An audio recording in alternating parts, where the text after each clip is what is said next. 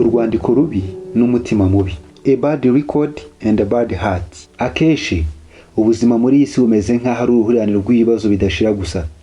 Dufite ibibazo bitandukanye, ibibazo byo mu muryango, ibibazo by'amafaranga, ibibazo by'ubuzima, ibibazo by'akazi. Twese dufite ibibazo, kandi twese dushakisha uko twakemura ibyo bibazo. Tubona abajyanama ku bibazo byo mu muryango, dushaka kandi kazi iyo duhuye n'ibibazo by'amikoro, tujya kwa muganga iyo turwaye, tugerageza uko dushoboye kose mu gukemura ibyo bibazo. Ariko hari ikibazo kimwe kirenze ibibazo byose. Kutagikemura ni ikintu kibabaje kuruta indwara, ubukene cyangwa ibindi bigoye. Nyamara abantu benshi ntibaragira icyo bagikoraho. Iki ni ikibazo cy'uburyo bubiri, icy'urwandiko rubi n'umutima mubi. Imana yahamije ko buri mugabo, buri mugore, umuhungu n'umukobwa bose bafite iki kibazo. Umwete wawe mu gukemura ibibazo by'umuryango wawe, amafaranga n'ubuzima ni ingenzi, ariko kubona inzira yo gusiba urwandiko ruteye ubwoba rukurega mu rukiko rw'Imana no guhindura ububi bw'umutima wawe nicyo kintu cy'ingenzi cyane, ndetse ni inkingi yo gukemura n'ibindi bibazo byawe. Mu kuri, niba udahanganye no kubona igisubizo cy'ikibazo cy'urwandiko rubi rwawe n'umutima mubi, icyakubera cyiza ni uko waba utaravutse. Mariko yarabyanditse mu gice cya 14 umurongo wa 21. Mu kwita ku buzima bwawe bw'iki gihe ndetse n'igihe cy'iteka, utekereze ku miterere y'ikibazo cy'ingutu ufite kugira ngo ubone igisubizo cyacyo kimwe rukumbi, urwandiko rubi. Buri muntu wese uri muri iyi si afite urwandiko rubi mu ijuru, keretse iyo rusibwe n'Imana ubwayo kubw'ubuntu bwayo.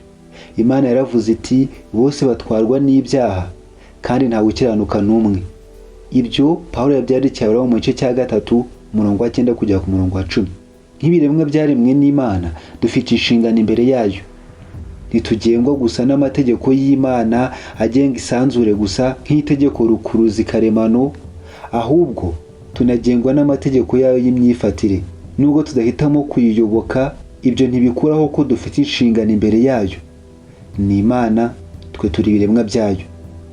Inshingano dufite ku Mana zenda gusa n'inshingano dufite ku gihugu cyacu. Iyo uvutse uhita uhinduka ugengwa n'amategeko y'igihugu cyawe. Bityo niba wanze kwishyura imisoro, niba wibye umutungo w'abandi, cyangwa niba watoteje umuntu ugafatwa ukaryozwa ibyaha byawe, ubutegetsi bukora uko bushoboye ukaburanishwa, ugacirwa urubanza kandi ugahanwa bikwiye. Ntushobora kudahanirwa icyaha cyawe mu kwiregura kutemera amategeko. Ikintu cy'ingenzi si uko wemera amategeko cyangwa uko wiyumva kuri yo, ahubwo ni uko ugengwa n'ubuyobozi bwaho ubarizwa.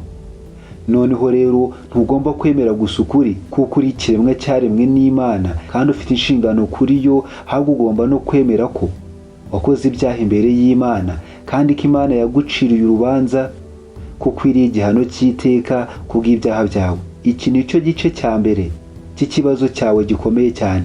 Ufite urwandiko rubi imbere y'Imana, inyandiko izatuma Imana iguciraho iteka ku munsi w'urubanza, keretse gusa rusibwe mu buryo bwemewe n'amategeko. Imana niyo yakuremye kandi niyo igufiteho inshingano, ikuzi neza wowe wese. Bibiliya itwigisha ko nta cyaremwe kitagaragara imbere yayo, ahubwo byose bitwikuruwe nk'ibyambaye ubusa mu maso y'izatubaza ibyo twakoze.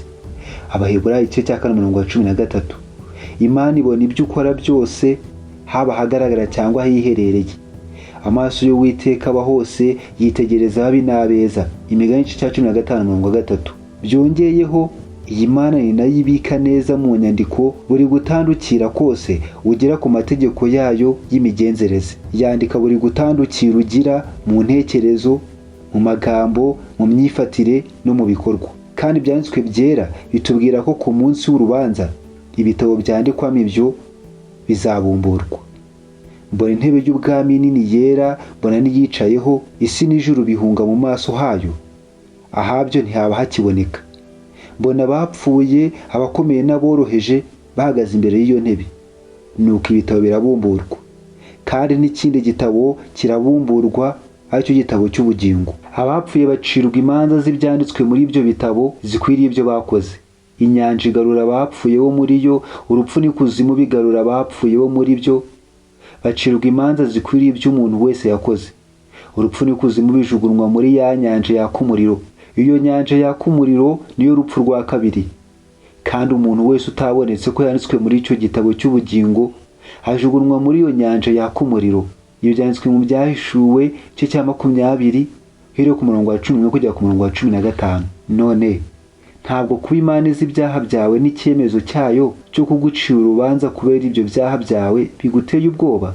Tekereza ubugari n'ubujyakuzimu bw'icyaha cyawe imbere y'Imana n'amategeko yayo. Mu mategeko 10 Imana yagutegetse kuyikunda n'umutima n'uwo uri we wese, kutagira izindi mana mu maso yayo, kuyiramya no kuyikorera hakurikijwe ubushake bwawe yahishuye, aho gukurikiza ibitekerezo by'abantu, gushyira hejuru izina ryayo n'ijambo ryayo, kweza no kwibuka umunsi yagenye wo kuyiramya no kuruhuka imirimo yawe, kubaha ubuyobozi yagenye so, nyoko cyangwa undi wese Imana yashizeho kugutegeka, kutica cyangwa ngo wanga abandi, kudasambana cyangwa ngo ugire ari by'ubusambanyi, kutiba, kutavuga ibinyoma, ndetse no kutifuza mu mutima wawe iby'Imana ibuzanye.